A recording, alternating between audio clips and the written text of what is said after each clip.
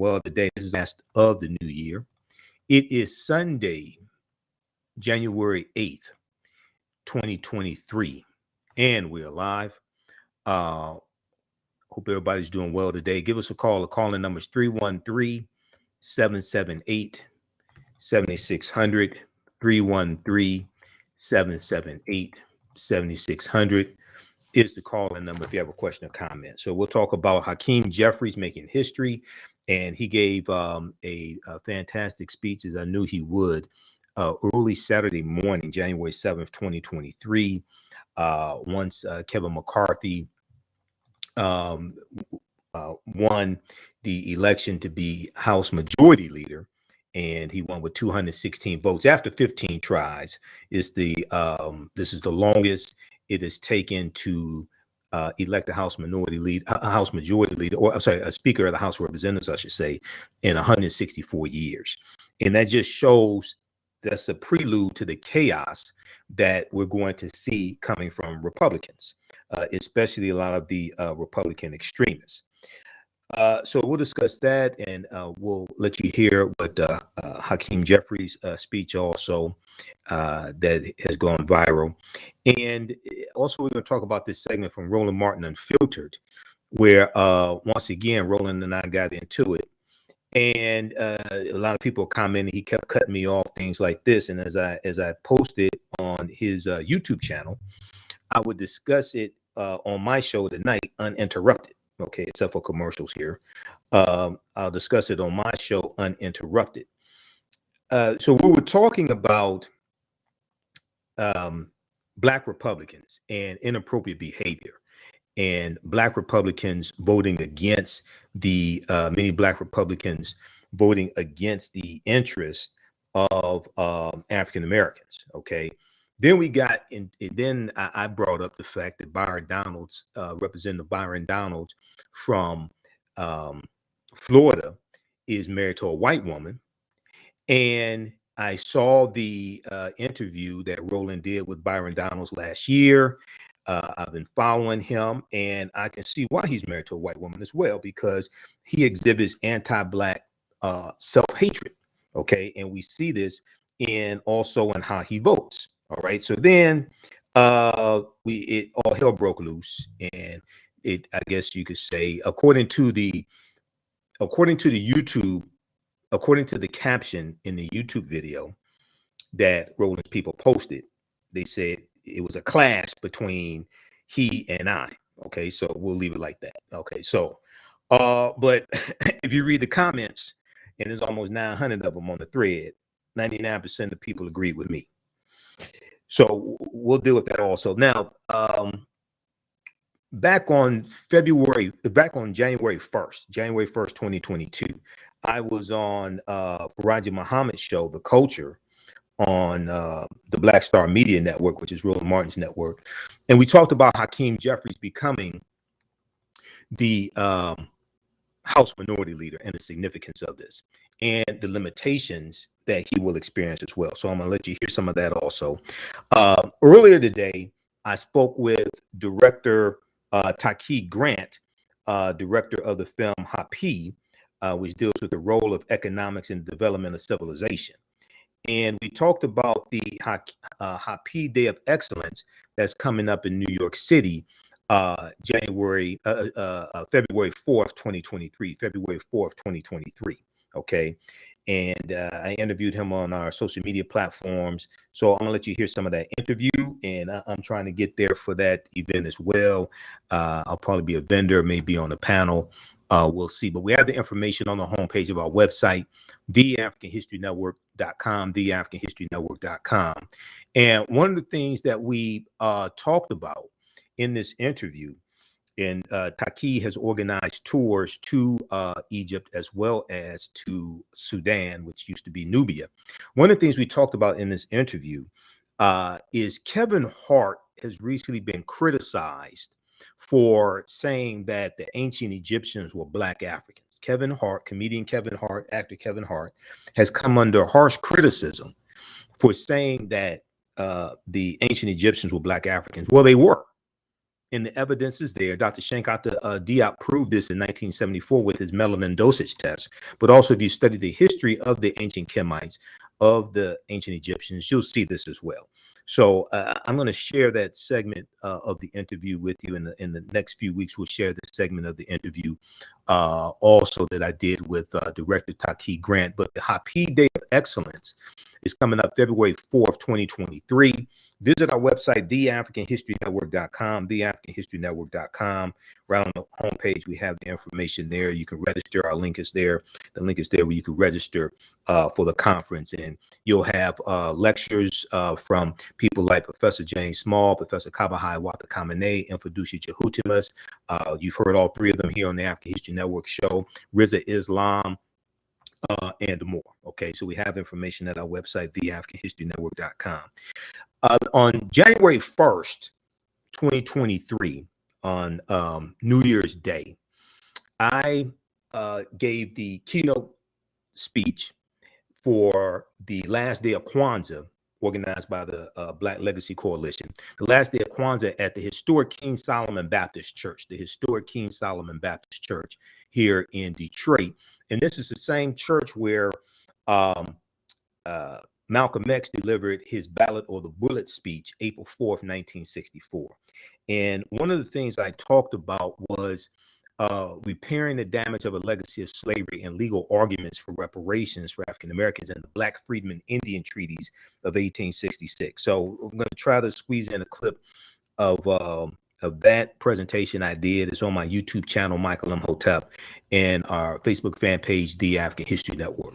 And over the next couple of shows, next couple of weeks, I'll share excerpts of that speech that I did.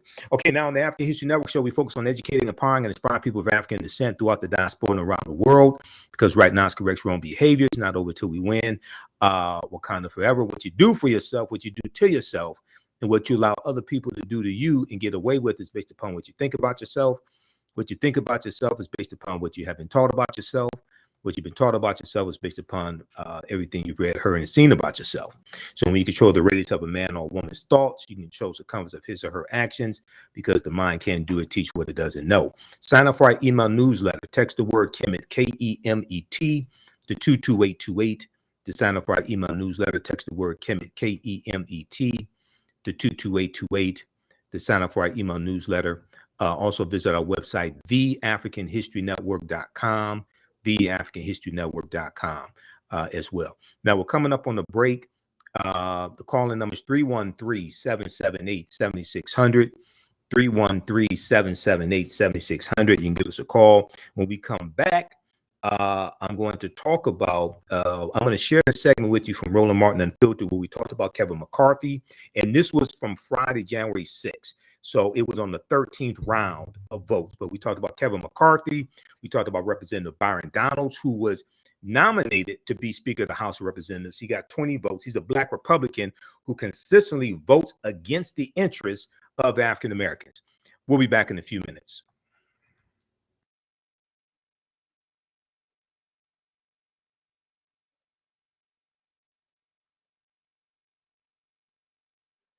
Stand by. Back from break in 4 minutes. Stand by, everybody.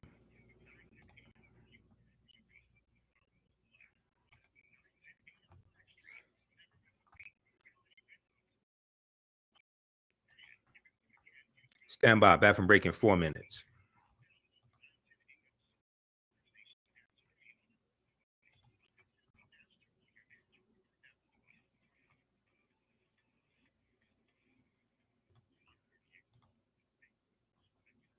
How's everybody doing? Share this broadcast on social media platforms. Give us a thumb up. Give us a heart. Give us a like on this broadcast.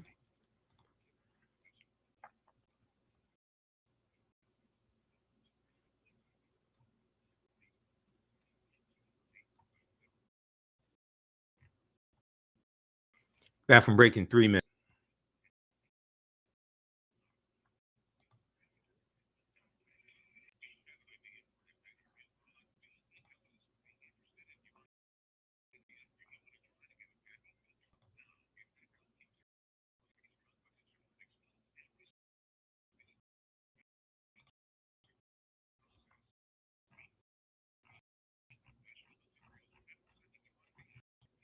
All right, Happy New Year, everybody.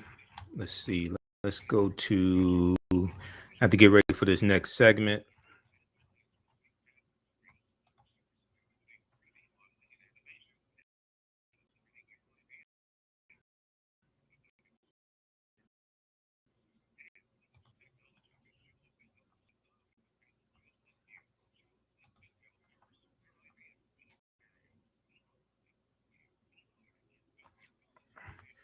All right, can you all hear me okay?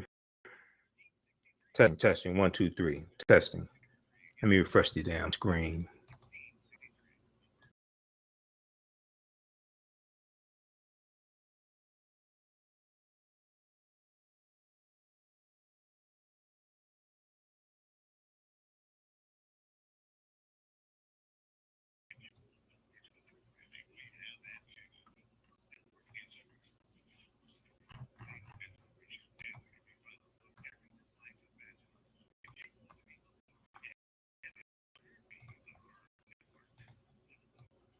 Back from breaking 1 minute.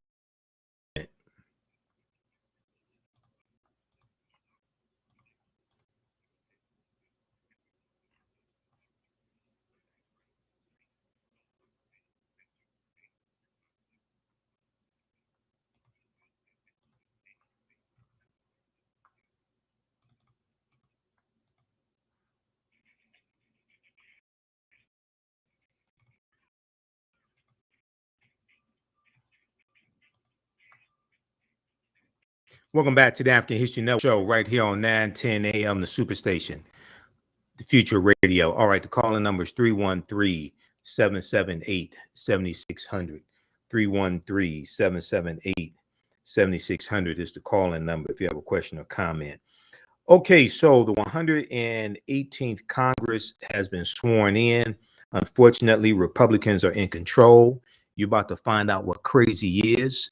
You're going to see what I warned you about. What I warned you about leading up to the midterm elections, and also the speech that I gave at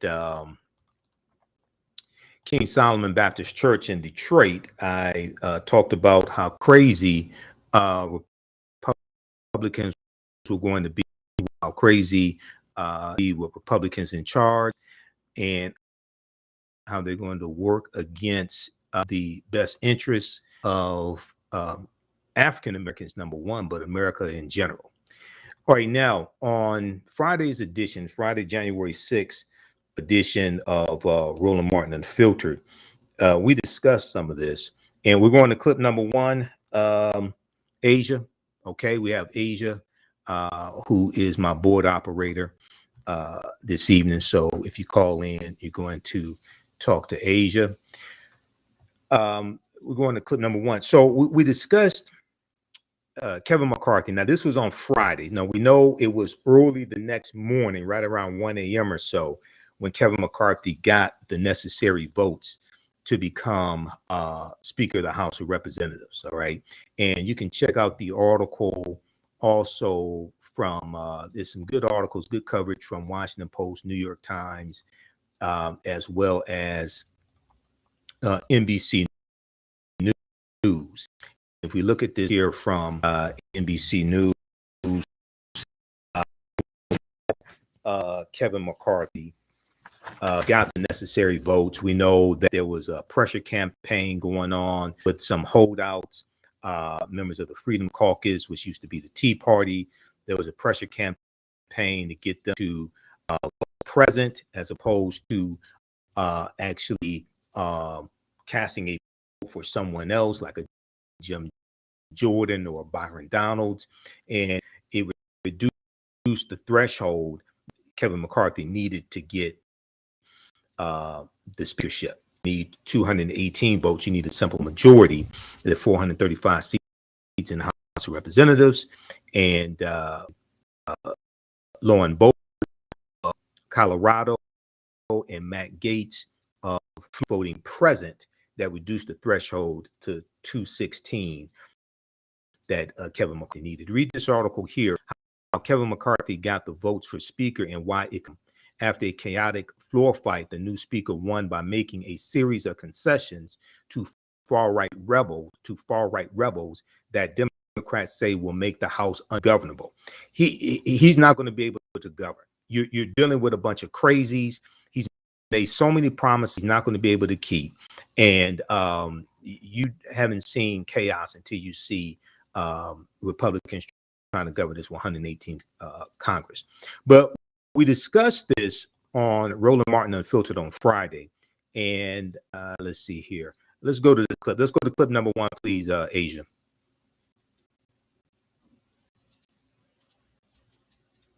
Right to it, Kelly, Michael, and Matt. All right, first up, Michael, we're watching this thing unfold. And again, what really jumps out the most is you're seeing the dysfunction of the Republican Party. It's also going to be a precursor for how they're going to operate, increasing the debt ceiling, any future votes, you name it. This is what you're going. You're going to have anywhere Republicans are hard right district. This thing goes too far right, they can cut their own deal. And so this is where I see the chess pieces move, where you got these Freedom Caucus, these 20 members. You might have this contingent of 6 to 10. I'm not going to call them moderate Republicans because they're not moderate. They're just simply not as hard right as the others who may align with Democrats for legislation down the road. Yeah.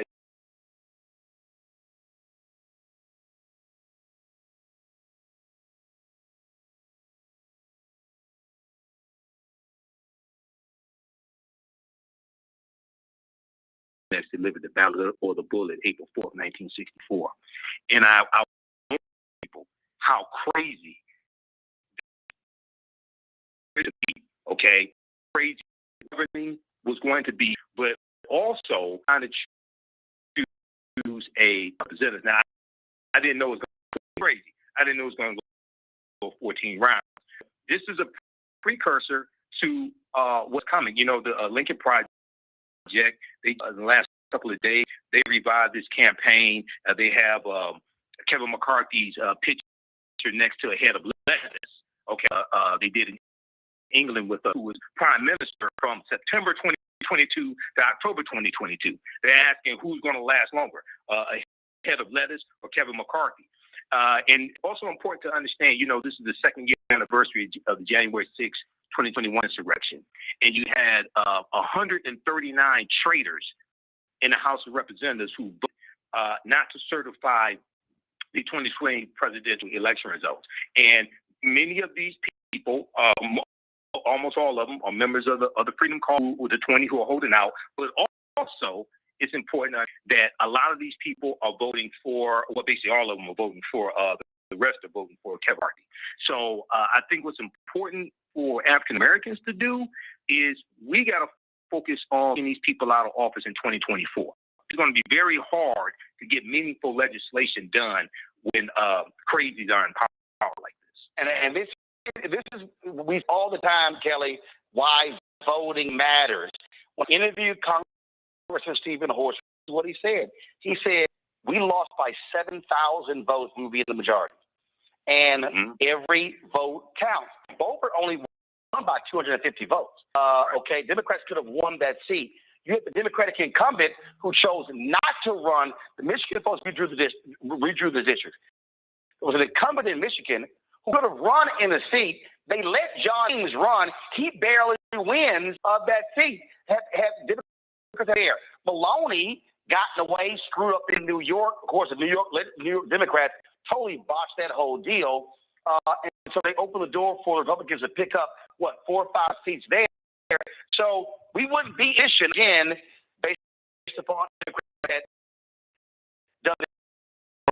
This really is showing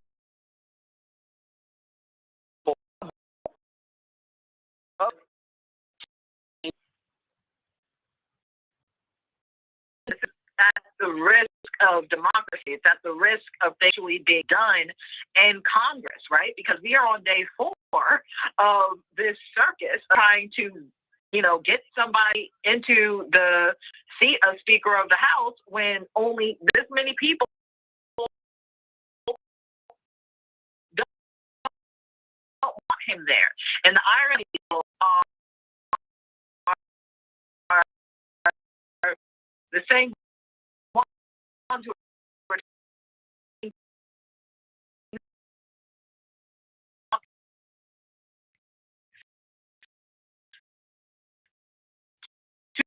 to make also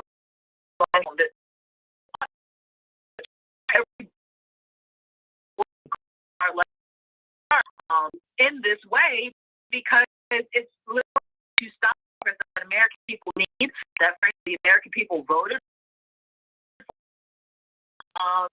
all for the sake of, and at this point, the thing here.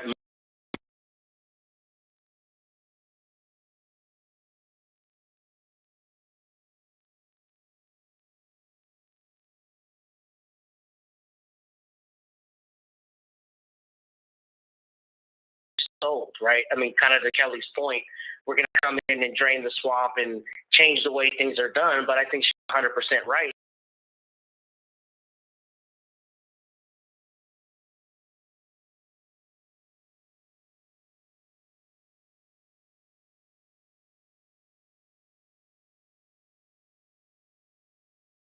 And get Congress to business.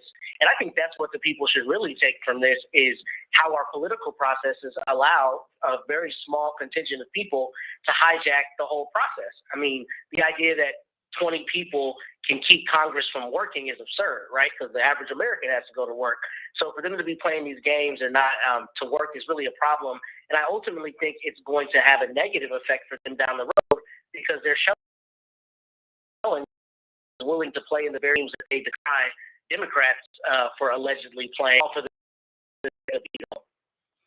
Oh, absolutely. And I just think that people need to understand, I keep telling folks, for a couple of things, foresee anything getting done over the next 2 years with these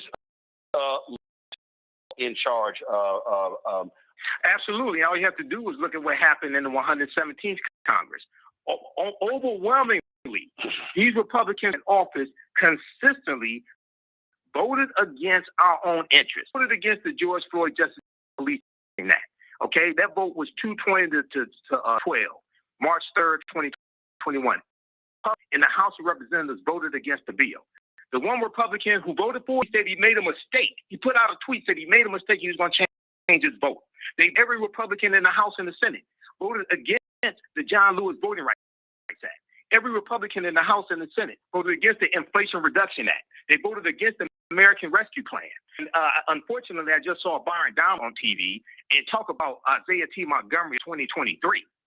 This brother is a total embarrassment. And I hope you re-air this weekend, Roland, the interview you did with him to show how he is. This brother voted against our own interests. And I use the term brother very loosely. Traitor. I'm sorry. But he told you. He voted against the rescue plan. It lifted American children out of poverty. It saved the American economy. So, and he also voted to invalidate the votes of 16 African Americans who voted for Joe Biden and Kamala Harris. Oh, you got to put his face up. Oh, go research this brother. And when you interviewed him, I hate to take it here, but when you interviewed him, Roland, I watched it live, and I said, right. I wonder. Pause it and right I went to his campaign page. Enough, he's married to a woman. I knew it. I knew it. Pause it Not right there. because. Stop the clip.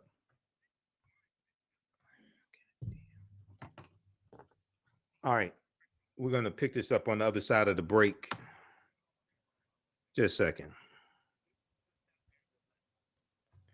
All right. We're coming up on the break. You listen to the African History Network show right here on 9:10 a.m. The Future Radio. When we come back from the clip, you're going to hear, when we come back from the commercial break, you're going to hear what happened in this segment and the next segment when Roland and I got over to this over Black Republicans' inappropriate behavior, and some of them have white wives also. Listen to the African History Network show. I'm Michael Imhotep. We'll be back in a few minutes.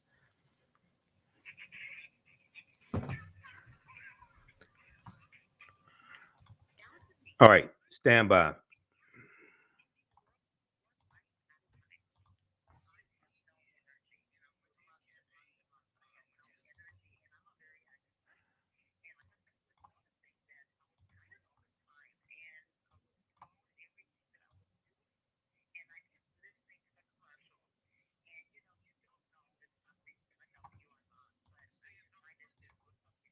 Bathroom break in 4 minutes.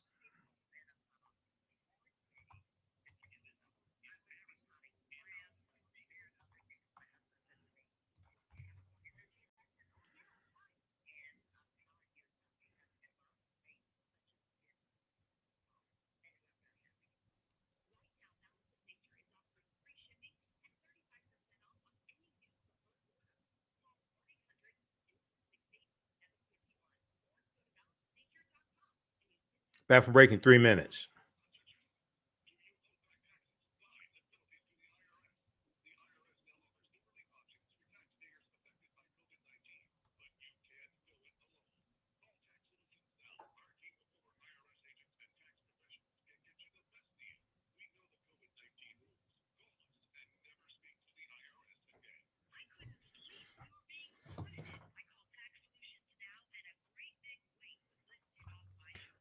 All right, everybody, bathroom break in 2 minutes. Stand by.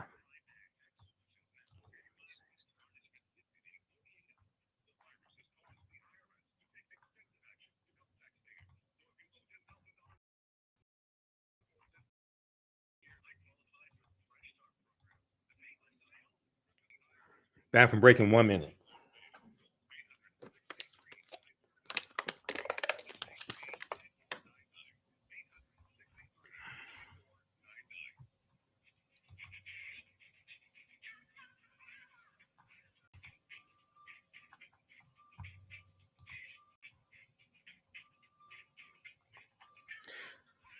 Welcome back to the African History Network show. All right, right before the break, welcome back to the African History Network show right here on 910 a.m., the Superstation. Okay, right before the break, I was sharing with you the segment from Roland Martin Unfiltered from Friday, January 6th. Okay, and we were discussing Kevin McCarthy.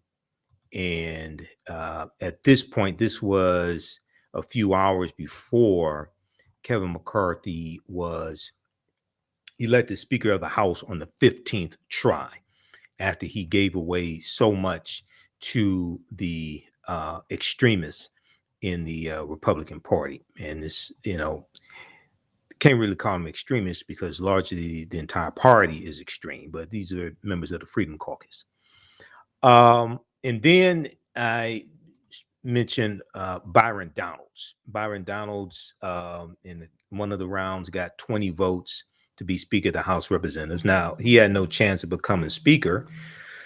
And he is, Byron Donalds is, he could possibly be the new Herschel Walker. He's just a little bit smarter than Herschel Walker. Well, he's a lot smarter than Herschel Walker, but still just as bad. So I want to go back to this segment here, and we're going to pick it up at the 30-minute mark. Asia, let's go back to this clip, please. The interview you did with him to show how crazy he is.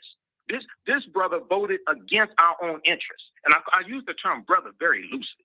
This brother's a traitor. I'm sorry, but he voted. He told you he voted against the American Rescue Plan. 1 million African American children poverty. It saved the American economy.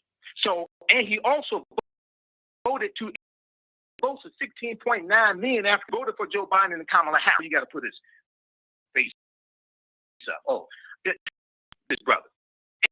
And when you interviewed him, I watched it live, and I said, I wonder if I went to his campaign. I went to his little Twitter page.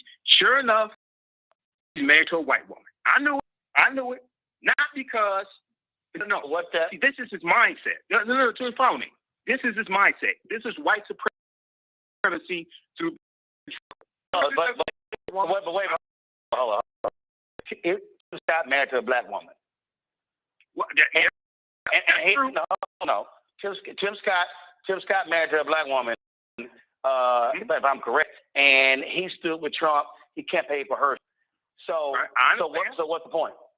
And Herschel, no, I was following. I watched the entire interview.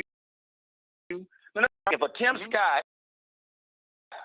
said, and how he did with him, he a black over Donald is the whole Republicans. That's right.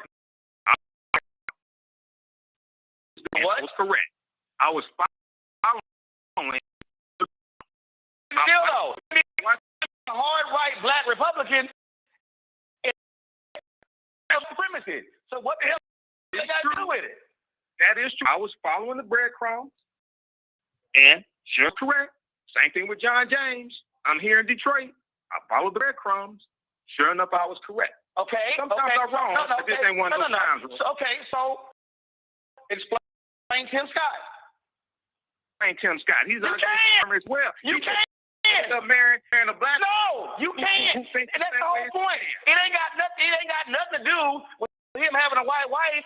He chose to align with a hard right MAGA Republican Party. Yeah, he did, and undermine and block the George Floyd justice. Yes, he did. That's with absolutely. So he advanced what? You said he advanced what? He advanced white supremacy. That's all I'm saying. Oh, absolutely. But what I'm saying is, who the hell the wife is?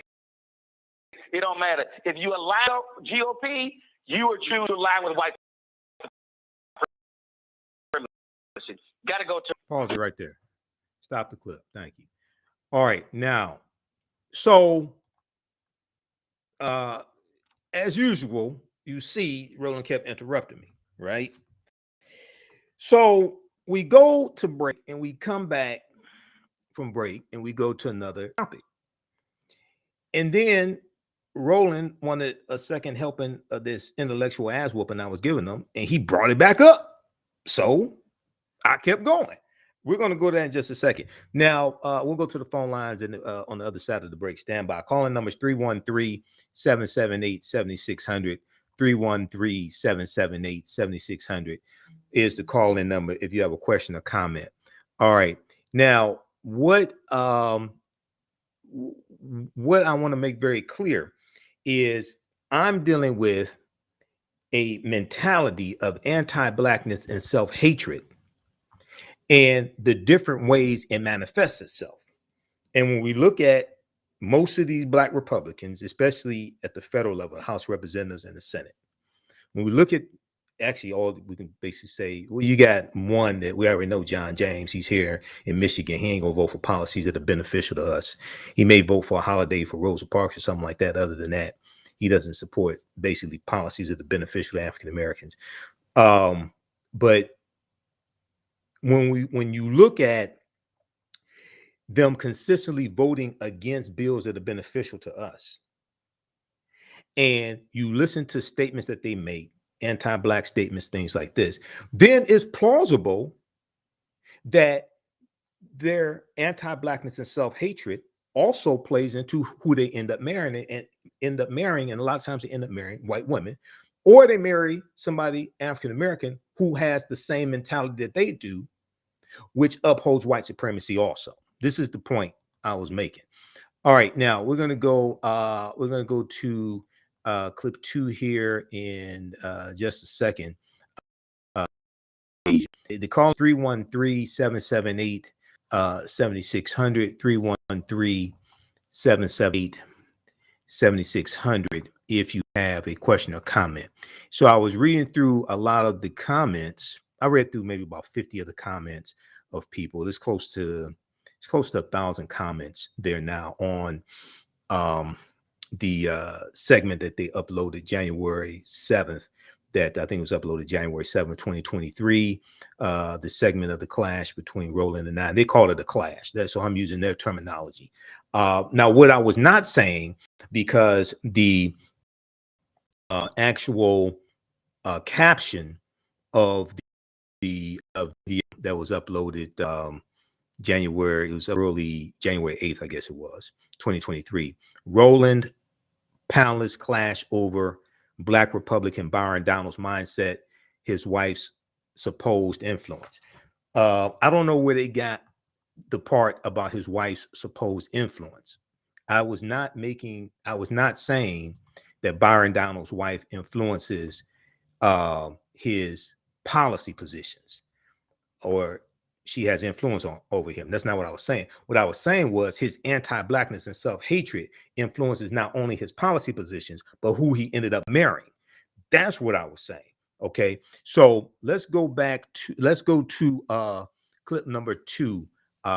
Let's say, hold on, just say, let me get this queued up here. Okay, let's go to clip number 2, Asia. People need to understand, I can tell the folks, say for a couple of things,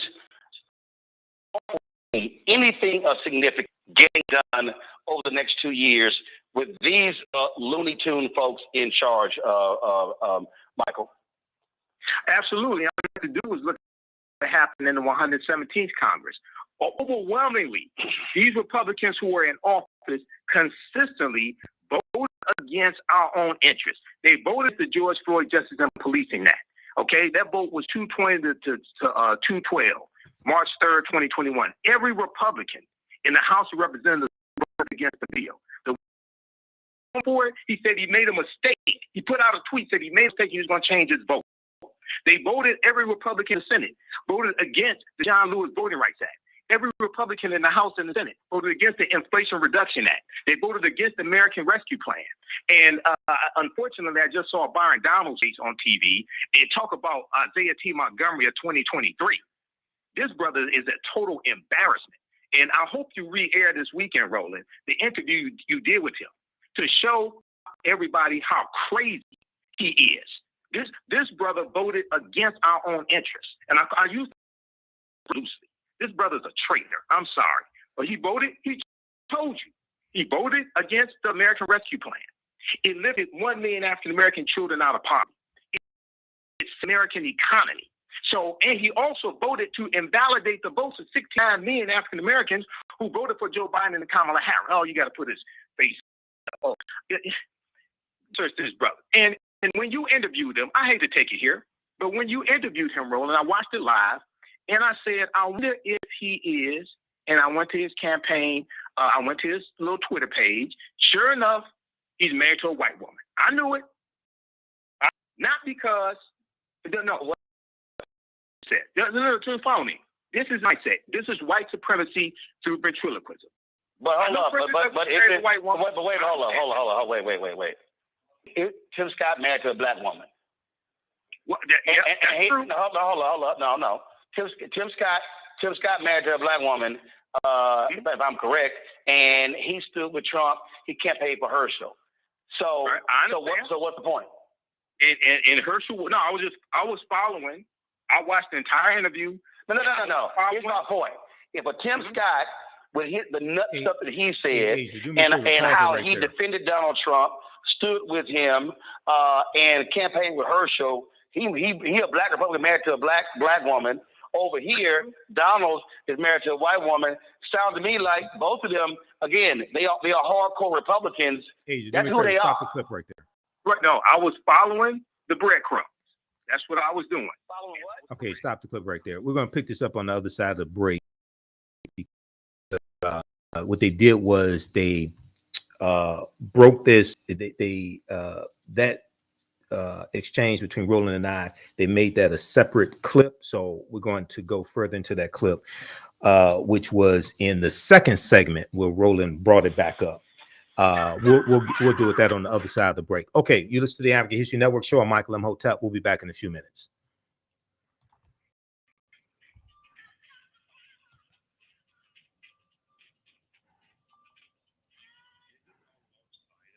Stand by. Back from Prince.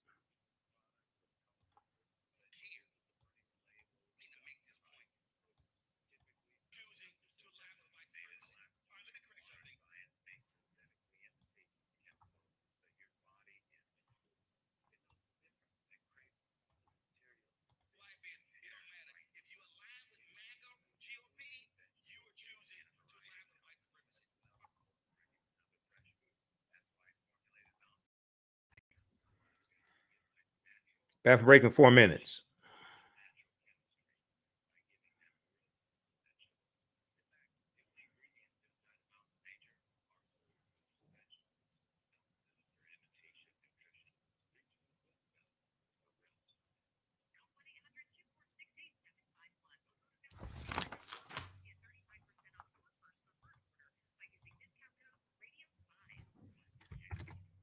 Stand by.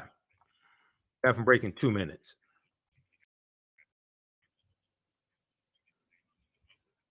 How's everybody doing? Give us a thumbs up, give us a heart, give us a like on this broadcast.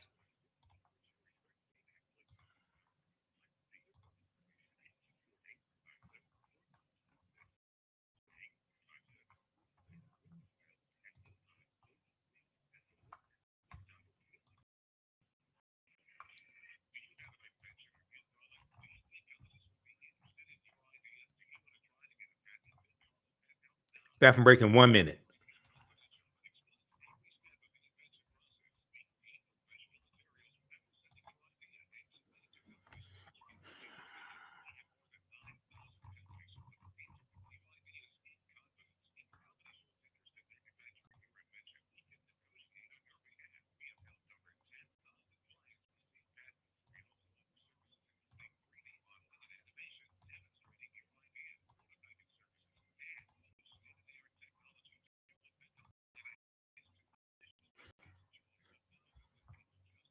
Stand by. Back from break in 30 seconds.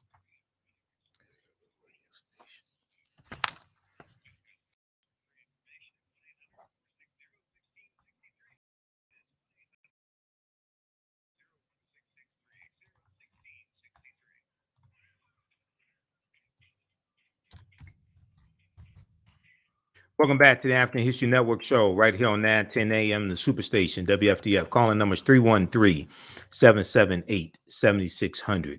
313-778-7600 is the calling number if you have a question or comment. Okay. Be sure to visit our website, TheAHNShow.com, TheAHNShow.com. You can register for the online history classes that I teach on Saturdays and Tuesdays. Saturdays is Ancient Kemet, the Moors, and the Ma'afa, understanding the transatlantic slave trade, what they didn't teach you in school. So when you go to our website, theAfricanHistoryNetwork.com, just scroll down the website, you'll see information for the online classes. Saturday, 2 p.m. to 4 p.m. East Standard Time, Ancient Kemet, the Moors, and the Ma'afa, understanding the transatlantic slave trade, what they didn't teach you in school. Our next class is Saturday, January 14th, 2023. We deal with thousands of years of history and what leads up to the transatlantic slave trade taking place. And then our Tuesday class, next class, Tuesday, January 10th, 2023, 7 p.m. to 9 p.m. Eastern Standard Time, from the Civil War to the Civil Rights Movement and Black Power, 1865 to 1968. But we start in the year 1800, and we deal with the Haitian Revolution and the Louisiana Purchase of 1803, because those events are related. Okay. Even after the course is over with, you still have full access. You can go back and watch it. You can go back and watch the courses, the sessions on demand. So visit our website. You can register now. You can use this information with your children.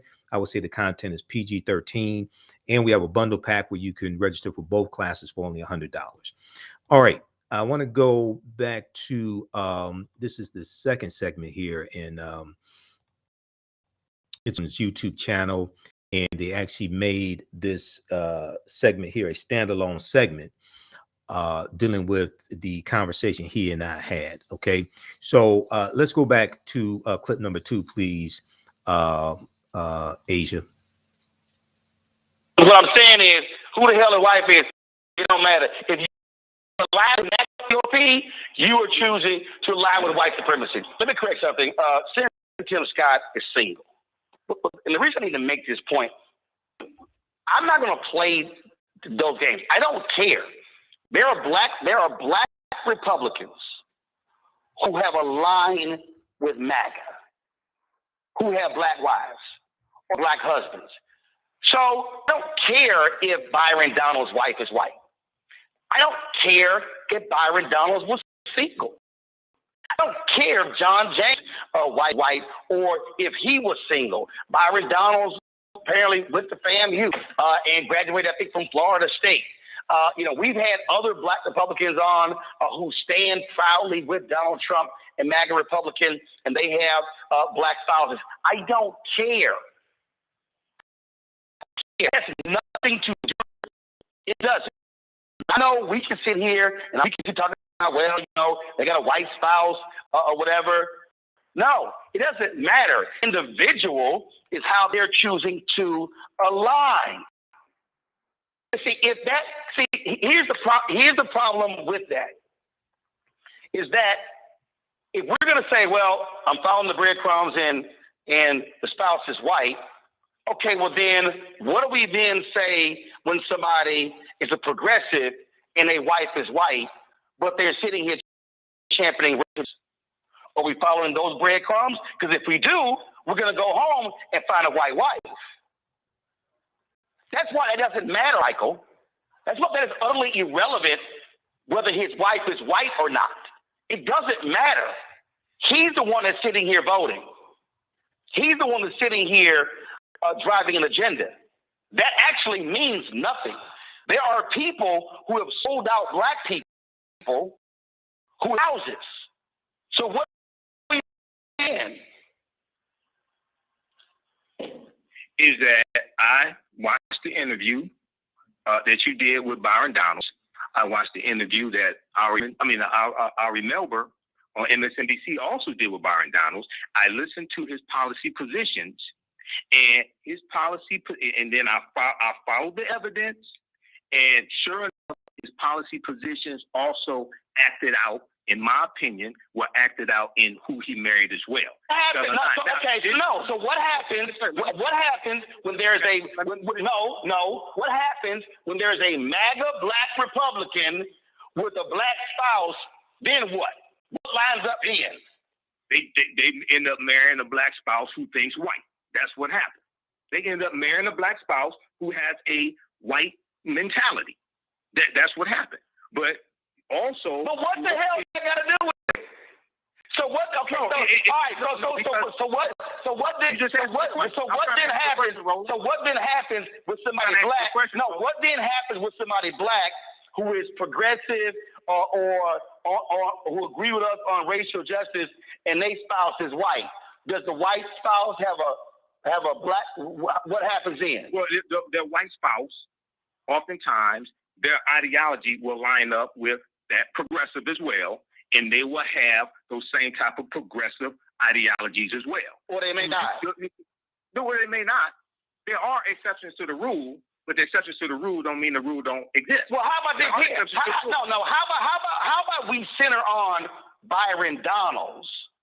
We can do that. No. How about our focus be on Byron Donalds and John James and not who the hell they married to?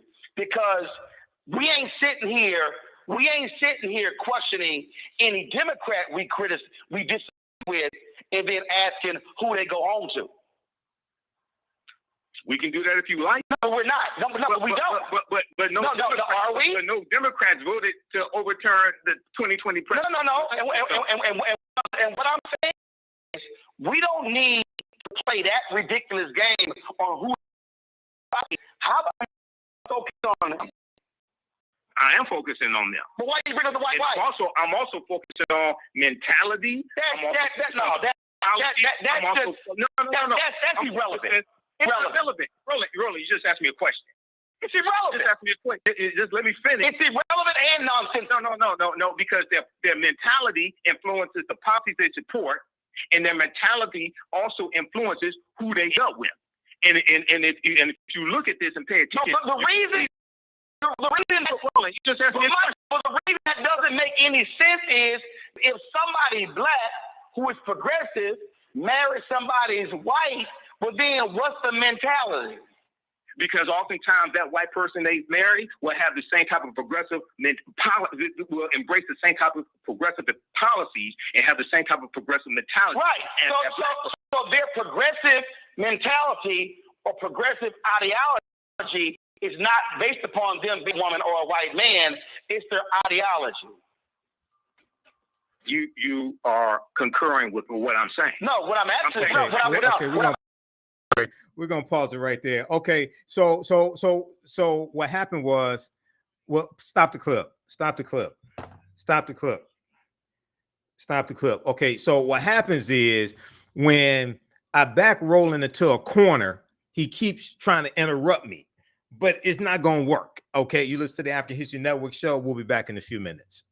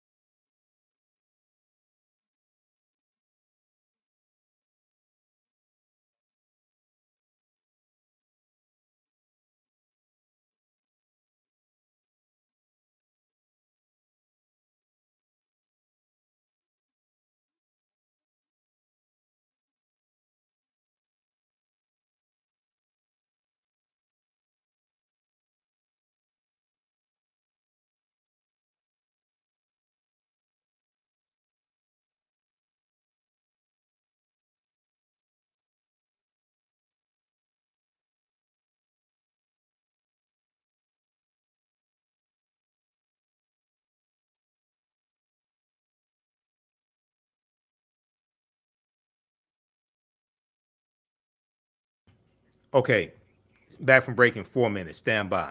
Back from breaking 4 minutes. All right, you can support the African History Network, $ the AHN show through Cash App, $ the AHN show through Cash App, also through PayPal, paypal.me/the AHN show.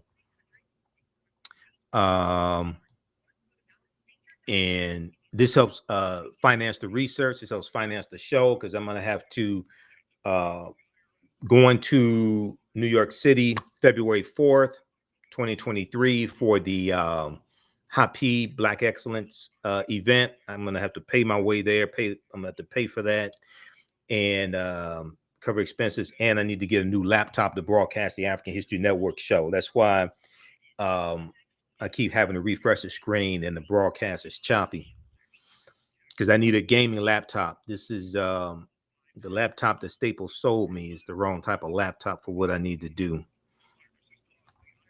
Stand by, back from breaking 2 minutes.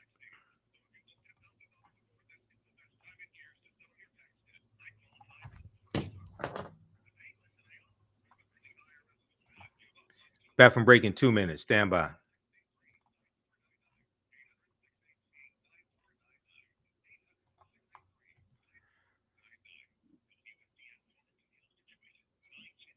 Superstation, a division of Adele Media.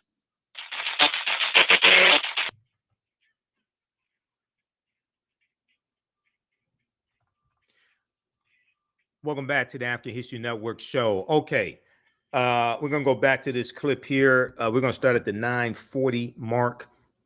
Please, Asia. So you heard right before the break, Roland and I were getting into it. You heard him consistently interrupt me.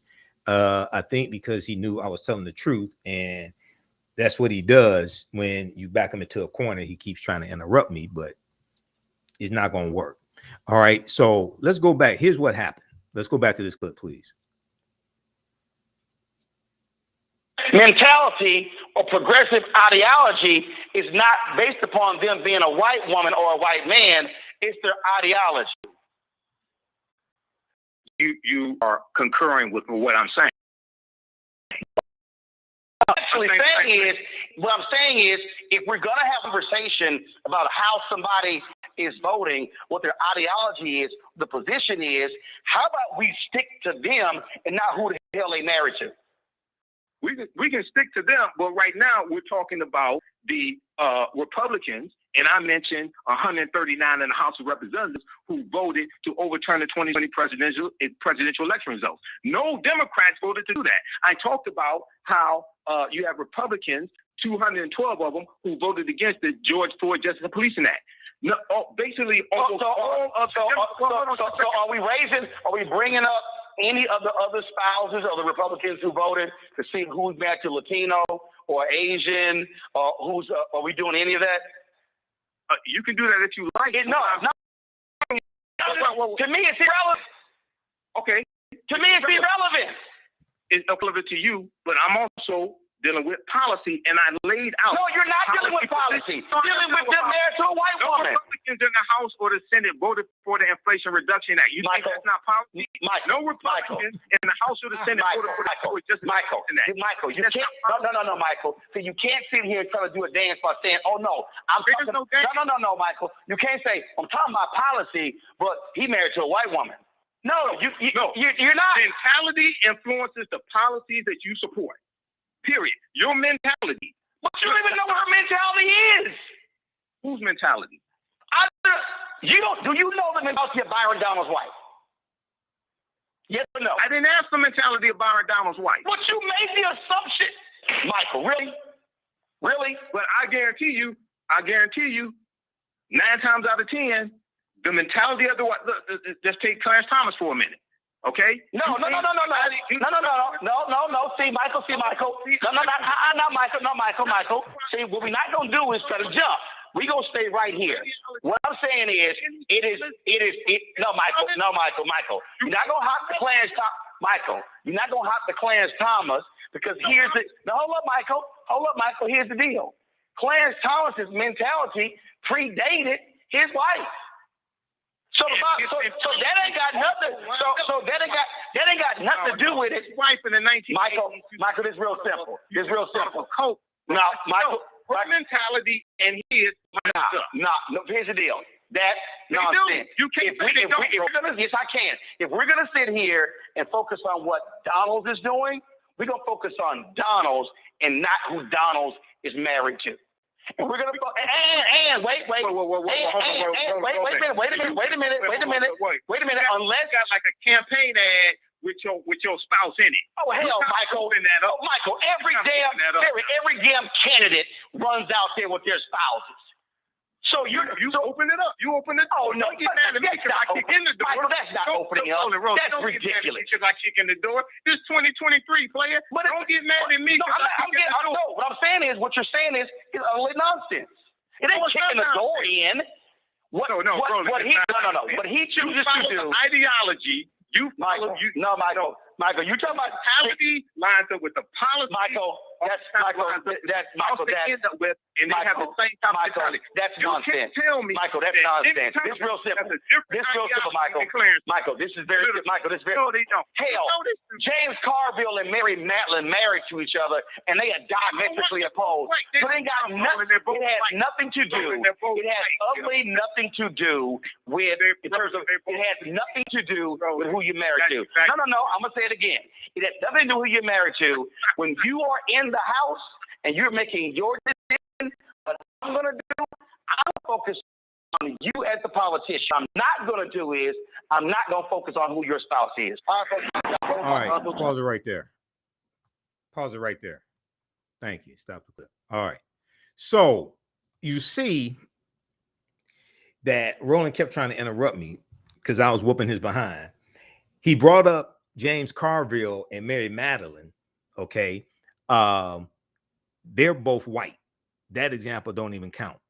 She's a conservative.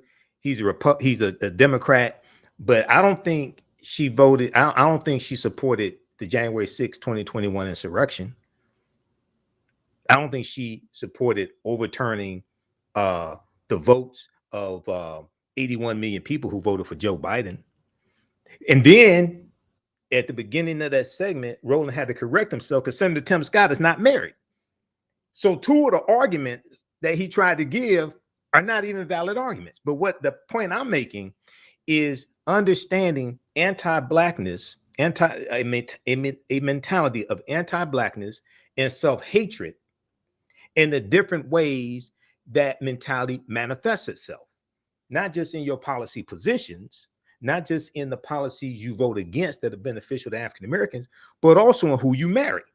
Now, I was not making the point that Byron Donald's wife influences how he thinks. What the point I'm making is his anti-blackness and self-hatred influence who he married.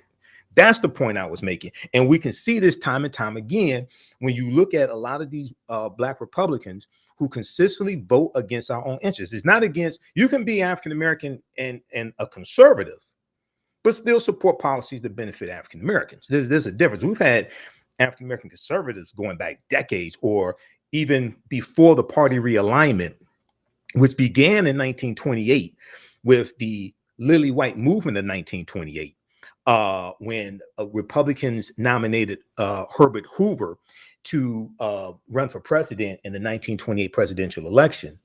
And they used a Southern strategy to appeal to segregationist Democrats in 5 former Confederate states. And they started ignoring the issues and concerns of African Americans. Republicans started ignoring the issues and concerns of African Americans and pushing African Americans out of the Republican Party.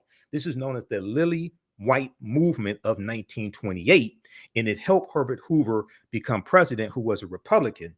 And then in 1932 presidential election, Herbert Hoover loses to Franklin Roosevelt, even though the majority of African Americans voted for Herbert Hoover in 1932.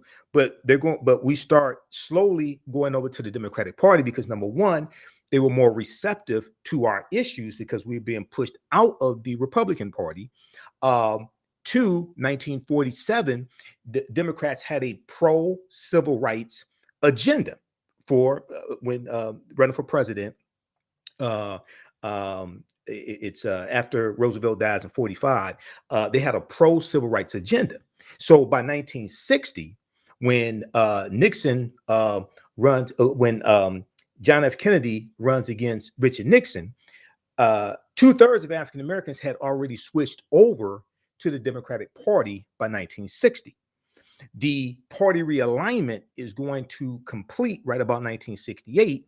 And in 68, Lyndon B. Johnson does not run for another term, which sets up Richard Nixon to run. Richard Nixon runs as a backlash to the civil rights movement, to affirmative action, to the rebellions taking place across the country. He runs as a backlash to the Black Panther Party for self-defense, and he runs on the platform of law and order. Okay, well, majority of African Americans have switched over to the Democratic Party by then because their policies, generally speaking, especially on the national level, were more beneficial than Republicans, because Republicans were working against our interests. And it continued with Richard Nixon. And then June 17th, 1971, Richard Nixon declares the war on drugs in front of the U.S. Congress. And the rest is pretty much history. So we've always had African-American conservatives or even African-American Republicans, but still they operated and voted within the interests, generally speaking, of the African-American community. If we go to this article here that I've talked about numerous times before, this shows the 147 Republicans who voted to invalidate the presidential the presidential election. This was January 6th, when they had the joint session of Congress, and you had the January 6th insurrection. You had 147 Republicans who voted to invalidate the votes of 16.9 million African Americans, 9.7 million Latinos, and 49 million white people, because 61% of Biden and Harris's votes came from white people. Byron Donalds was one of these traitors who voted to invalidate our vote. And you saying he's working on it within the best interest of African Americans? No. Okay, so go look at his voting record. Go look at Burgess Owens. Burgess Owens is right there with him. Former NFL player. I don't know if he has chronic traumatic encephalopathy. Burgess Owens, he's African American. I don't know if he has CTE, but I could believe it by his votes. Okay, so read this. This is from the New York Times, January 7, 2021. Now, they voted to invalidate the votes. Even now, remember, January 6th, they had to vacate Congress. They had to vacate both chambers of Congress because the insurrectionists sent there by Donald Trump, the traitor-in-chief, the insurrectionists came in. They reconvened hours later and continued the process. I don't remember whether Byron Donalds cast his vote before, because some people cast their vote before the insurrection. Others casted their vote later that same day, January 6th. I don't remember whether he did it before or after, but he let his vote stand, whereas others changed their vote and they voted. At first, they voted not to certify, but then after the insurrection, they said, okay, we're going to go ahead and let this, we'll go ahead and vote to certify the election results, even though we may disagree with this or that. Okay, he let his vote stand. That's the slave mentality. The white nationalist party, he let his vote stand to invalidate the presidential election. Okay, so now some people may ask, well, who is Isaiah T. Montgomery? I heard you talk about Isaiah T. Montgomery. I'm glad you asked that question.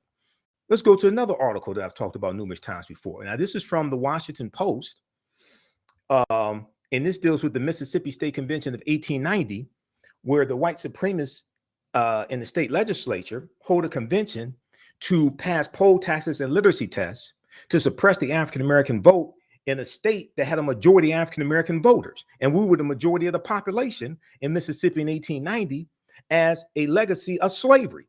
Read this article here. The Mississippi plan to keep blacks from voting in 1890. We came here to exclude the Negro. We came here to exclude the Negro is a direct quote from Solomon Saladin Calhoun. Who was Solomon Saladin Calhoun? I'm glad you asked the question. He was the white county judge who presided over the Mississippi State Convention of 1890. He said, let's tell the truth if it bursts the bottom of the universe. We came here to exclude the Negro. Nothing short of this will answer. Okay. And they imposed poll taxes and literacy tests to suppress the African-American vote in a state that had a black majority. And Mississippi was the first state to have an African-American senator. That was Hiram Rhodes Rebels in 1870. Okay, so Isaiah T. Montgomery was the only African-American. This is Hiram Rhodes Rebels right here. Isaiah T. Montgomery was the only African-American to serve in the Mississippi State Convention, and he voted to impose poll taxes and literacy tests. He voted along with the white supremacists. Isaiah T. Montgomery was he was a wealthy African-American landowner. He was a former slave. He was enslaved by the brother of Confederate President Jefferson Davis. Jefferson Davis was the president of the Confederacy. He was from Mississippi. And he was the founder, Isaiah T. Montgomery was the founder of Bayou, Mississippi. He was a wealthy African-American landowner. Here's a picture of this Negro right here. I think he's a distant cousin to Byron Donalds and Senator Tim Scott and some of these other black conservatives who vote in opposition and work in opposition to policies that are beneficial for African Americans. Now, the great Frederick Douglass castigated Isaiah T. Montgomery. And after Isaiah T. Montgomery took this vote, revered black abolitionist Frederick Douglass said of Isaiah T. Montgomery, he said that he commits unconscionable treason to his race and surrendering his franchise, end quote. Earlier African Americans from 40 counties in Mississippi have protested to then President Benjamin Harrison about what was taking place in Mississippi, but Benjamin Harrison declined to intervene. Okay, read the rest of this article. So this was adopted, this new state constitution was adopted November 1st, 1890, adding the new requirements to the provision allowing voting by mail, M-A-L-E, male residents age 21 and older, quote, except idiots, insane persons, and Indians non-taxed. Now, this became the model of voter suppression that other southern states adopt. Okay, so just as you had Isaiah T. Montgomery who voted against our own interests, it's the same thing with Byron Donalds, John James, most likely, Burgess Owens, Senator Tim Scott, etc. This is my point. Anti-blackness, self-hatred manifests itself in many ways. You listen to the African History Network show. I'm Michael Imhotep. We'll be back in a few minutes.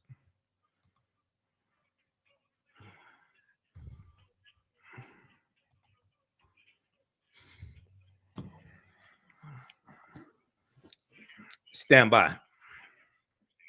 Back from break in 4 minutes. Okay.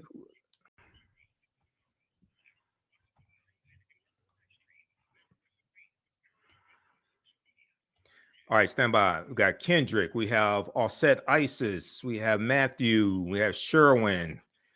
Daryl, just a few of the people watching. If you like this type of information, you can support the African History Network, $ TheAHNShow through Cash App, also through PayPal, paypal.me/TheAHNShow. be sure to register for the online classes that I teach as well, because we get deep into this history and information in my online classes. Ancient Kemet, the Moors, and the Ma'afa, understanding the transatlantic slave trade, what they didn't teach you in school, and from the Civil War to the Civil Rights Movement and Black Power, 1865 to 1968. Back from break in 2 minutes. We're going to the phone lines.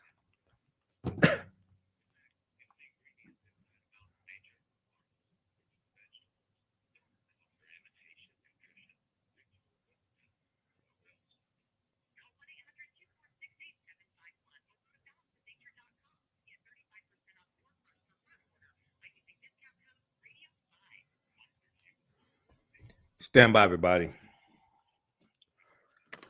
See, it's hard doing radio because we have commercial breaks every like 15 minutes. When I do my regular broadcast, I can go through. I don't have to deal with all these commercial breaks, but this is live radio. This is real radio here in Detroit, so we have to take commercial breaks.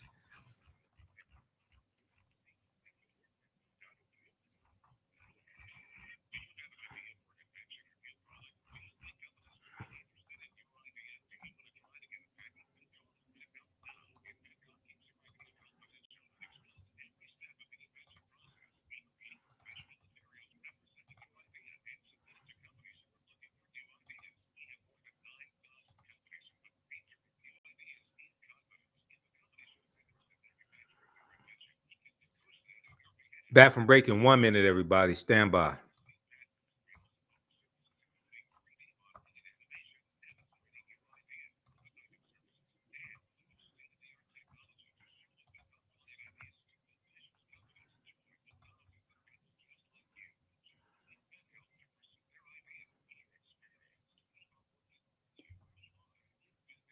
All right, we have Stephen Brown, Kendrick Montgomery, all set. Just a few of the people watching.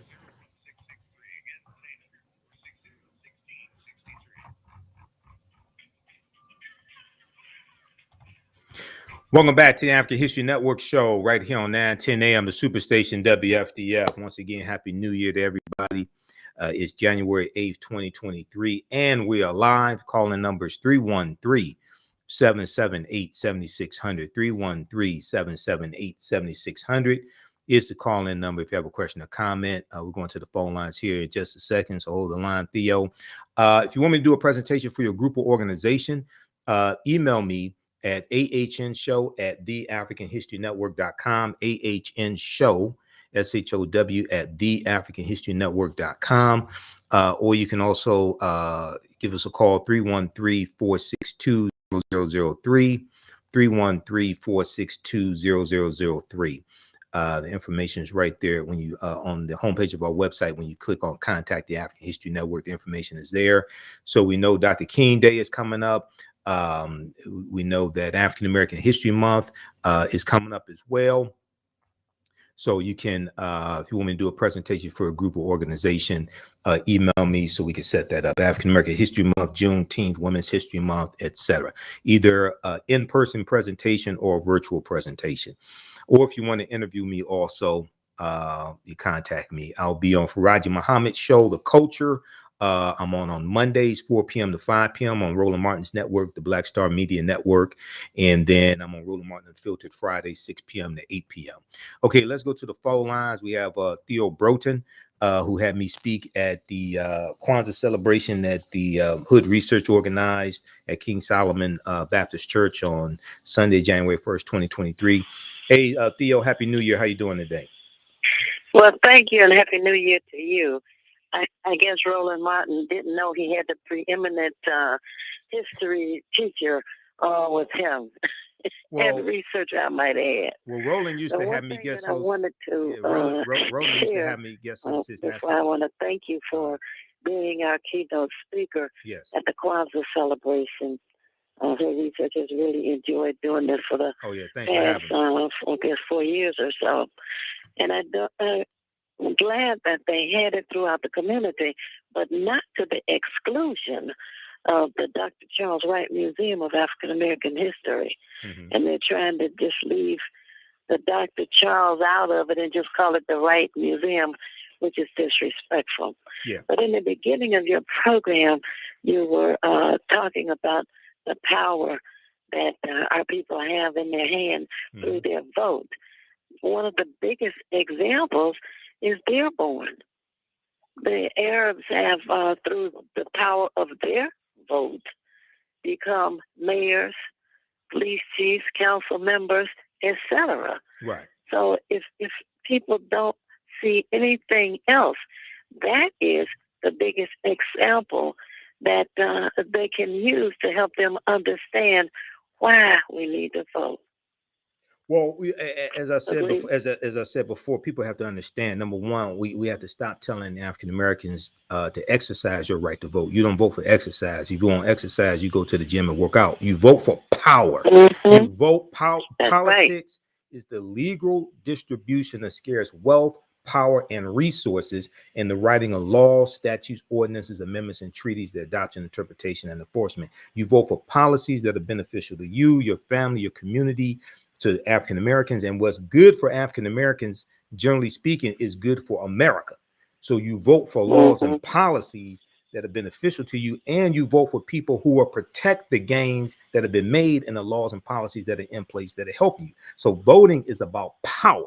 Politics is about power, not exercise. So we have to change the reason why people vote. Okay, because if you vote for exercise, or if you vote because of Fannie Lou Hamer or Dr. King, then you can just go vote for anybody and get exercise. You can vote for anybody and exercise your right to vote, and you could very well be voting for somebody who's going to do your people harm, like a lot of these black Republicans running around. Okay, and some Democrats, quite frankly. Be quite frank with you. So you're not voting with purpose. You're not voting with the end goal to get policies that benefit you. You're just voting for exercise. So we have to make a clear distinction between that. Go ahead, Theo. And Dearborn is the biggest example of political power, and our people need to see that very clearly and understand that that is one of the main things that we can benefit from, is having our power through the vote. Okay. All right. Thanks, Theo. Thanks for calling. Okay. All right. You're welcome. Yep. All right. So, and we have to understand, we have to leverage our economics to enforce our political agenda. Okay. To be able to put together a political agenda, you have to understand history, law, politics, and economics. History, law, politics, and economics. As I've stated numerous times before, I've said this on Roland show, said this on Faraji Muhammad show, I've said this on the African History Network show. A lot of people talk about a black agenda, okay? And they're looking to politicians, or they're looking to rappers to give us a black agenda. Politicians can't give us a black agenda. A black agenda is what we create and give to politicians. We have it backwards. And we shouldn't look to entertainers to give us an agenda either. Okay, people talk about Ice Cube, and I talked about this on Roland show, and I think Ice Cube meant well. Okay, he was way in over his head. I think he meant well, but when he said he wanted policies specifically for the African American community, that's illegal. That violates Title VI of the 1964 Civil Rights Act, non-discrimination and federally assisted programs, Section 601. That's not going to happen at all. But you have to understand history and law to be able to understand that, because that was put into the 1964 Civil Rights Act because we have been historically discriminated based upon race from policies. Okay, now you can have policies that disproportionately positively impact African Americans. Okay, just like Joe Biden's executive order on student loan forgiveness. It's going to move about 500,000 African-American families from a negative net worth to a positive net worth. That's dealing with policy. It's going to wipe out student loan debt for a little more than 25% of African-American borrowers. That's understanding policy. That's understanding power, okay? Politics is the legal distribution of scarce wealth, power, and resources, and the writing of laws, statutes, ordinances, amendments, and treaties, their adoption, interpretation, and enforcement. But you have to understand history, law, politics, and economics to understand how all of this comes together. If you read this article here from abcnews.com, abcnews.go.com, that's the official website, Biden's loan forgiveness plan to heavily impact black borrowers. This is why Republicans are filing lawsuits to block it. So it's going before the U.S. Supreme Court, which is a 6-3 majority, because Donald Trump got 3 Supreme Court justices confirmed, and these came from lists from the Heritage Foundation and the Federalist Society. And he nominated ultra-conservative judges to not just the Supreme Court, but also the federal bench. And he got 226 federal judges confirmed that came from lists from the Federalist Society and the Heritage Foundation. So it's the judicial branch of the federal government that interprets law from the legislative branch and policies from the executive branch of the federal government. So you have to understand how all this is connected. In the 2016 presidential election, I was here on this show, right here on 910 AM Superstation, WFDF, warning people about how dangerous Donald Trump would be. People thought I was playing games. Oh, his people try to overthrow the government and invalidate your vote. If your vote did not matter, why would you think they would try to overthrow the government?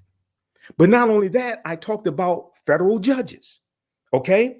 Because Republicans historically have understood the role of the judicial branch of the federal government more so than Democrats and more so than African Americans. Okay, the judicial branch, the courts, interpret law from the legislative branch of the federal government and the executive branch of the federal government, which is the presidency.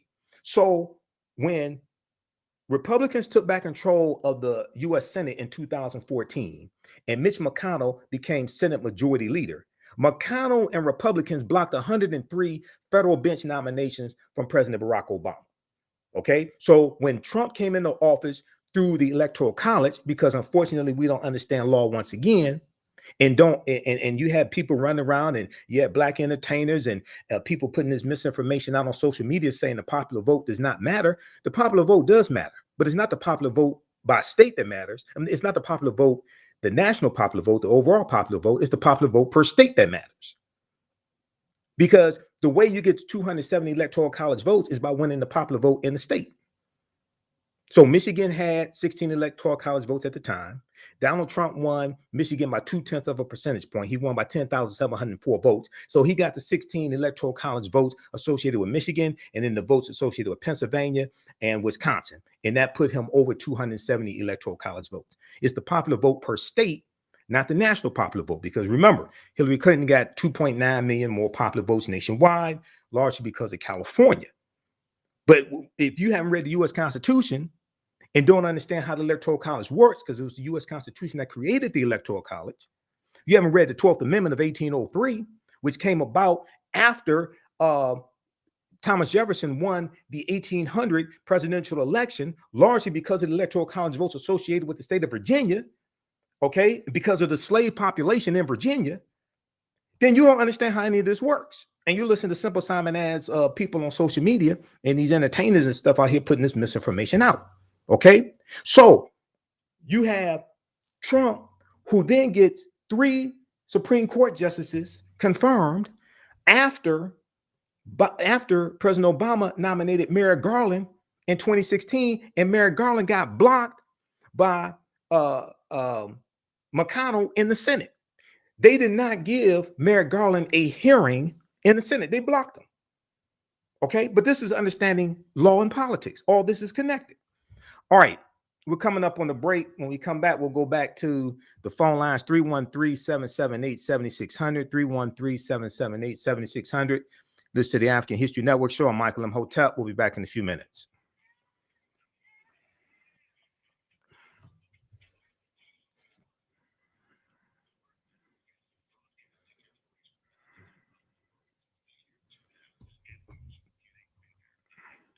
Back from break in 4 minutes. Stand by.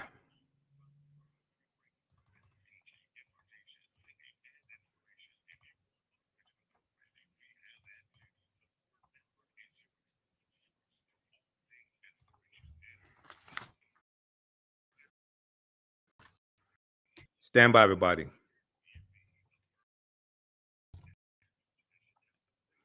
From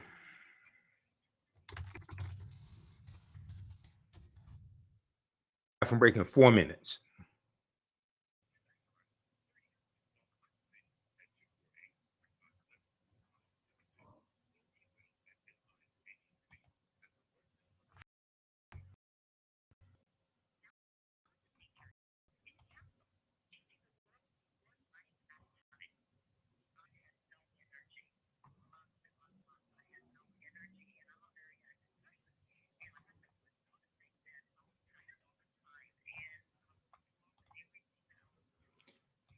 Back from break in 3 minutes.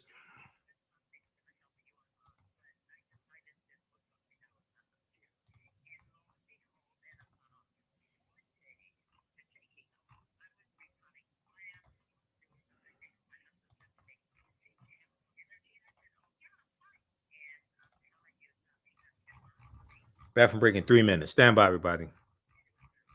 Share this broadcast on your social media platforms.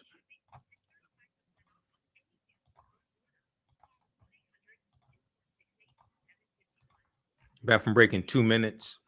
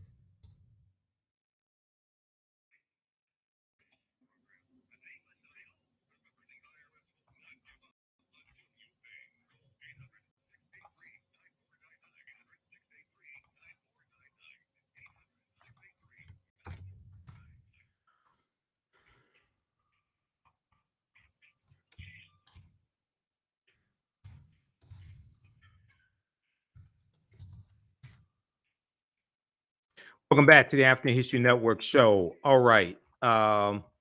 Before we go to this clip here, I want to show you something. Right before the break, I talked about the 1964 Civil Rights Act. Okay. I encourage everybody to read it because people are trying to put together black agendas and don't understand law, history, politics, or economics. And that's problematic. Okay. And Ice Cube meant well. I don't think he consulted with any attorneys who had experience in crafting legislation. Okay, because if he did, he would have known that race-based policies are illegal, especially at the federal level and in most states. They have laws barring that. So this is the 1964 Civil Rights Act. This is at archives.gov. This is the U.S. National Archives. Archives.gov, the U.S. National Archives. Just search for the Civil Rights Act of 1964, and then we want to look at Title VI, Section 601. Okay, this is why race-based policies are illegal. This is why reparations is at the federal level is going to have to probably go the way of what California is proposing, where it's based upon lineage as opposed to just being based upon race, because race-based policies are illegal at the federal level and they're also illegal in the state of California. And if you're trying to get legislation passed, it has to fall within legal guidelines, because if it doesn't, it's going to get challenged in court and it's going to be struck down by the judicial branch of the government, because it's the judicial branch of the government that interprets law from the legislative branch and the executive branch of the government. Title VI, non-discrimination in federally assisted programs, Section 601. What does it say? No person in the United States shall, on the ground of race, color, or national origin, be excluded from participation in, be denied the benefits of, or be subjected to discrimination under any program or activity receiving federal financial assistance. Okay, so this is why when you had the $4 billion in debt forgiveness for farmers of color, it was not exclusive to African Americans. That was in the $1.9 trillion American Rescue Plan. And you had a very prominent Black Republican named Senator Tim Scott who spoke out against this debt forgiveness for farmers of color. He's against this. And John Boyd, he was the president of the Black Farmers Union, he was on Roland Martin Unfiltered. We talked to John Boyd a few times on Roland Martin Unfiltered. John Boyd said that Senator Tim Scott is doing nothing for the 6,000 Black farmers in South Carolina. And Senator Tim Scott went on Face the Nation on CBS and spoke out against the debt forgiveness from the U.S. Department of Agriculture, because African-American farmers, Latino farmers, Native American farmers, but especially African-American farmers have been discriminated against for the past 100 years by the U.S. Department of Agriculture. But Tim Scott, as well as the senior senator from South Carolina, Lindsey Graham went on Fox News and called it reparations for black farmers and said it was racist. Tim Scott said it was racist to have debt forgiveness for black farmers. Now, he didn't. Lindsey Graham said it's racist to have debt forgiveness for black farmers. Now, Lindsey Graham didn't say anything about the almost $26 billion in aid from the Trump administration in 2020 that white farmers got. And African-American farmers got 0.1% of that. They got about 26 million. White farmers got almost 26 billion. Lindsey Graham didn't say anything about that. That was in 2020 from the Trump administration. Here, you try to give debt forgiveness for loans that African-American farmers already have. Okay. And now he's having a problem. He's crying foul and saying it's unconstitutional and calling it racist. So read this here. This is from the National Archives, Civil Rights Act, 1964. Look at Title 6, Section 601. Okay, I want to go to, we're going to the clip from Hapi, Day of Black Excellence, Asia. I spoke with Brother Taaqiy Grant, director of the film Hapi, the role of excellence, the role of economics in the development of civilization. And we talked about the Hapi Day of Excellence coming up February 4th, 2023 in New York City. And one of the things we talked about is how comedian and actor Kevin Hart is coming under fire for saying that the Egyptians, the ancient Egyptians, were black. Let's go to this clip, please. Taking place Saturday, February 4th, 2023 in New York City. So to give us more information about this event, we have Brother Taaqiy. So brother, tell us about this Day of Black Excellence. What is this about, and what inspired this event? Well, that's a great question. Just give me one quick second. I'm just sharing the link. Oh yeah, go ahead. Pages Go ahead. and make sure our audience has that. But okay, no problem. I'm done right now. So okay. Yeah, so the Happy Day of Black Excellence is a day to showcase Black through art. Okay. And it came about just having a conversation with a fellow filmmaker called Amadeus Christ about his film Out of Darkness, Heavy as the Crown. Right. His new work he just put out, Heavy as the Crown, Volume 1. So we started talking about this piece. It's a great piece of work. And I've got it here. We're distributing. Yep. And he started talking about coming to New York. So I said, listen, you're gonna come to New York. Let's do a joint co-screening of the film, so to speak. Because we already have similar people in both films. And Professor Smalls. So I said it just makes sense that we are screening both films or parts of them, and we have some of the same people there have a talk back session. Right. Mainly Professor Smalls and Infidisha. Then we added Kaba. And as we started to work out some of the details, it really, really started to grow and expand. So added to the list, we have, we already said Professor Smalls, Brother Infidisha Jahutimes, Kaba Khamenei, Rizza Islam, Dr. Susan Tata, Dr. Jashina Falou, we have African Dance, we have our brother Jamar Milton, who's a hip hop artist. Some poets there, Lyrical Faith, Sisters of Dope Poets, great poet. And we also have legendary Brand Medium. And what this is all different aspects of art that coming together in a very seamless way that's creating this experience. It's not just, we didn't want to over lecture people. Right. You know, we didn't want to have it where something is not necessarily, we want the message to come across correctly. Right. And one person I actually did, I forgot to mention, my man, Detroit native, Dr. Ken Harris. Yeah, Dr. Ken Harris. Yes, Dr. Ken Harris, right there, who is the moderator and host of our One Africa Power and Unity Conference. we had in Detroit last year. You know, right. which you were part of. I was there for that. Yep, I was one of the right, one of the panelists for that. Mm-hmm. So it's an extraordinary collection of people, not just different people, but also different forms of consciousness. You know, one of the things that we have to keep in mind is that, you know, we have to keep the spirit of Pan-Africanism alive. Right. And that's what I love about the collection of this group here. We have continental Africans, Africans from all around the diaspora coming together collectively working for this experience. Man, so people who want to get tickets, I advise everyone to get tickets now. Go to AfricanHistoryNetwork.com and get your ticket. Right. We have different elements of tickets in the sense of you can come, if you're in the New York City area or you want to travel in New York. A lot of our people are coming from outside of town.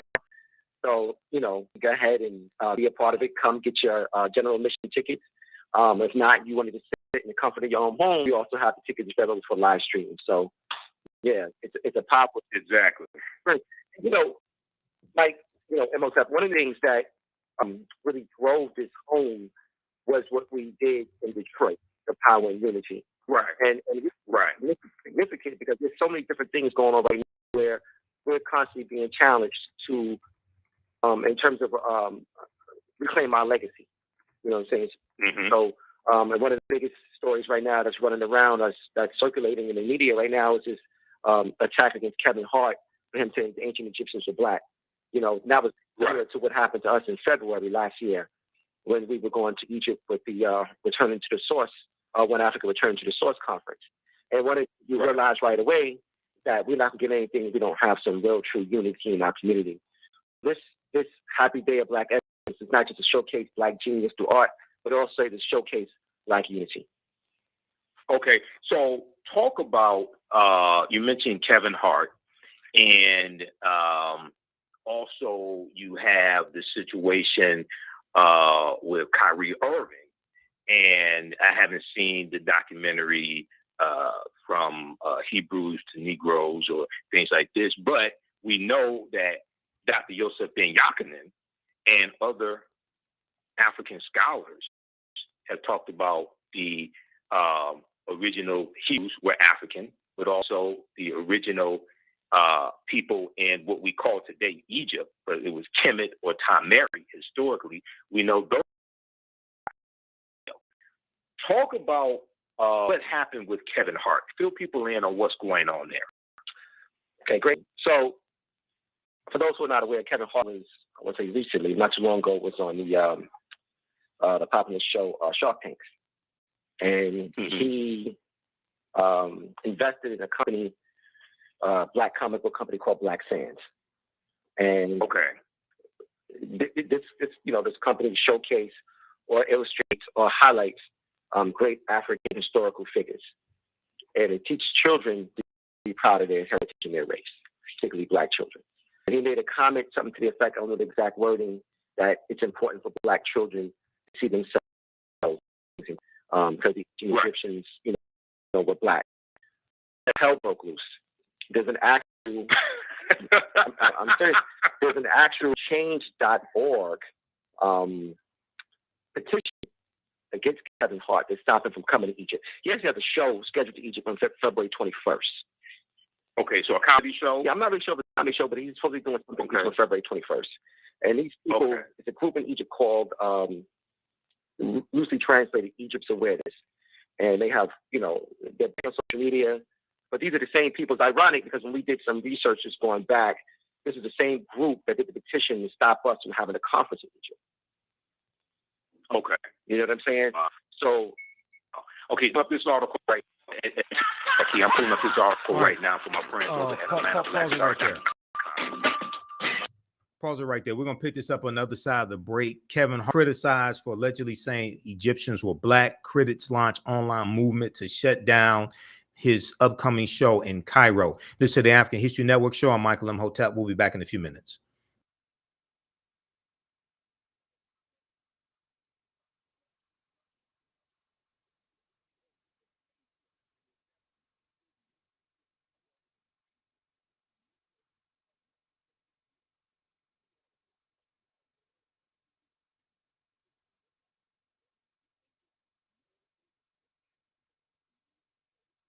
Back from break in 4 minutes.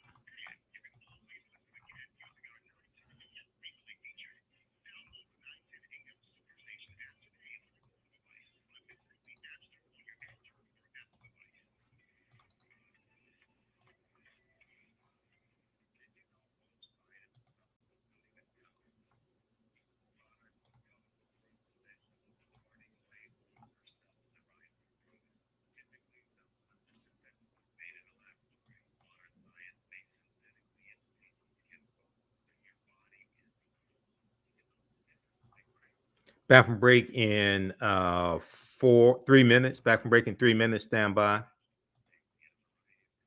Back from break in 3 minutes. All right. If you like this type of information, you can support the African History Network. $ the AHN Show through Cash App. $ the AHN Show through Cash App. Also through PayPal. PayPal.me/the AHN Show. And we have the information at our website, theAfricanHistoryNetwork.com. And be sure to register for the online courses that I teach also on Saturdays and Tuesdays.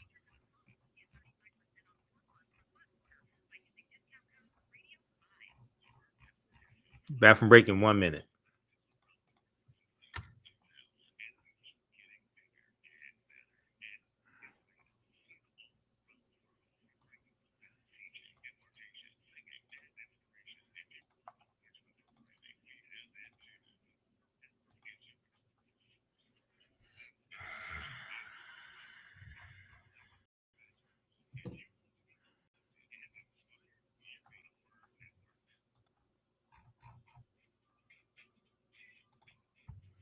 Welcome back to the African History Network show. All right, I want to go back to this clip. I was speaking with Director Taaqiy Grant, and we were talking about the Hapi Day of Excellence, and we started talking about Kevin Hart being criticized for allegedly saying Egyptians were Black Africans. Let's go back to this clip, please, Asia. 2022, Kevin Hart criticized for at least saying Egyptians were Black. Critics launched online movement to shut down his coming show in Cairo, Egypt. This is from December 23rd, 2022, written by Angelina Basswood for AtlantaBlackStar.com, which is African-American owned and operated. They have a lot of good content at AtlantaBlackStar.com. I know some of the people over there. Go ahead, Taaqiy, and finish what you were saying. So I'm actually, as you showed, that I want to share the petition with you. If you give me just one quick second. Okay. You can share that with your let's go ahead. Oh, you pull that up. I'll just share a little bit of this article. It says Kevin Hart may have found himself in the crosshairs of cancel culture again. The comedy box office star is currently globetrotting on his reality check comedy tour. And on December 9th, 2022, he announced that he would be bringing the show to Cairo, Egypt. The performance is scheduled to take place at a Cairo indoor stadium on February 21st, 2023. It will mark the comedian's first time doing stand-up in the ancient city known as the home of the pyramids of Giza. Okay. So here we have a picture of Kevin Hart. And while Kevin Hart is finishing up the North American leg of the junket, he is already being slammed by fans in Africa for an alleged joke. According to the Middle East Eye, the entertainer was accused of saying that ancient Egyptians were Black. He's accused of saying that ancient Egyptians were Black. As a result, many have called for his upcoming show in Cairo to be canceled and have expressed disdain for the actor through hashtags such as Kevin Hart is not welcome. Now, debates about ancient Egyptians not having the Eurocentric roots have been an ongoing debate.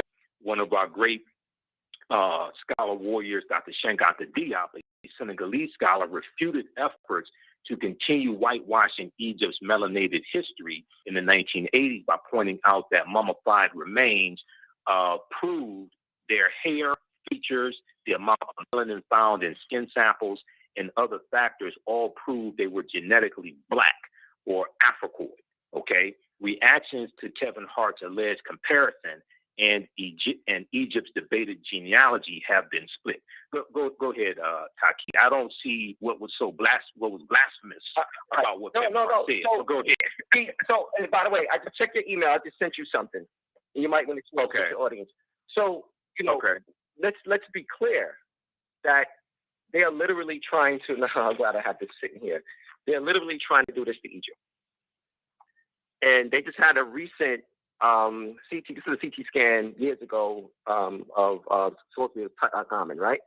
They just did one recently. Go ahead. I'm getting it. Go ahead and show that again because I just it's over. Yeah, they did this recently. Yeah. Another one recently of the Ramses II where they're showing these great Africans as these essentially race neutral kind of people. Right. I don't even want to really call them really white, but essentially they race neutral type of people. But like you said, Shankan Diop and many others, the whole film Hapi itself really delved into the cultural confluence of East and West Africa, the exhibit that they have up in the Metropolitan Museum of Art, African Origins of Civilization, which is inspired by the work of Cheikh Anta Diop, deals with the cultural confluence of East and West Africa, you know, from the Dogon to the Nile, the Yoruba to the Nile, the Akan to the Nile, the Wolof to the Nile. You know, you could find these cultural confluence through language, culture, ethnicity, all throughout Africa. And we're not trying to get into debate with them. We wouldn't want to debate because they don't want to debate us. They don't want to try to have an intellectual discourse. That's not what they want. They want to try to terrorize. They want to try to scare people. If you bring up that petition I just sent you, and I want to point out a very interesting part because this is their. Okay, let me pull it up just a second. Go ahead. This is their tactic, and I don't want to kind of spill the beans a little bit, but it's something really in there that really kind of highlights the purpose of these attacks. And for me, what brings this home so much is this is the same thing that happened to us last year this time. You know, so we had about 200 people ready to go to Egypt, and we were planning to do our conference, One Africa Return to the Source, which really spoke about the cultural confluence of African civilizations. We weren't coming there to start each other. We wasn't coming there. We were going to have a conference in our trip just amongst ourselves. Somehow right there. We're out of time here. Pause. Stop the clip. Stop the clip, Asia. Okay, we're out of time here on 9:10 a.m. Superstation WFDF. Stop the clip. All right, we're out of time here on 9:10 a.m. Superstation WFDF. You can watch that entire interview on our Facebook fan page, The African History Network, and my YouTube channel, Michael Imhotep, IMHOTEP. Interview Taaqiy Grant. We got into a number of different topics, but we talked about the Hapi Day of Excellence, which is taking place February 4th, 2023 in New York City. Visit our website, TheAHNShow.com, TheAHNShow.com. Scroll down, you'll see the information for it, and click on register here. Tickets start at $33.46. And then you can live stream it if you can attend in person. And you'll hear more about this coming up in the next few weeks. I'm trying to get there as well. If you want to support the African History Network, because I have to pay my way there, I'm looking at being a vendor. And we talked about me being on a panel discussion. They have a jam-packed schedule, but we're trying to see. If you want to support the African History Network, $ the AHN show through Cash App. Your dollars help this show happen, help the research at the African History Network continue, etc., and help with buying equipment and upgrades, because like I have to buy a new laptop. $ the AHN show through Cash App, also through PayPal, paypal.me/the AHN show. Visit our website, theafricanhistorynetwork.com. We have the information there. And also be sure to register for my online history classes. As soon as you register, you can start watching content immediately. You can start watching the archive classes, and you can join us in class on Saturdays and Tuesdays. Ancient Kemet, the Moors, and the Ma'afa, understanding the transatlantic slave trade, what they didn't teach you in school, and from the Civil War to the Civil Rights Movement and Black Power, 1865 to 1968. Okay, and we have a bundle pack where you can register for both classes for only $100. That's an over $200. That's over $260 value. So visit our website, theafricanhistorynetwork.com. Remember, right now it's correct wrong behavior is not over till we win. Wakanda forever. And we'll talk to you next time. Peace.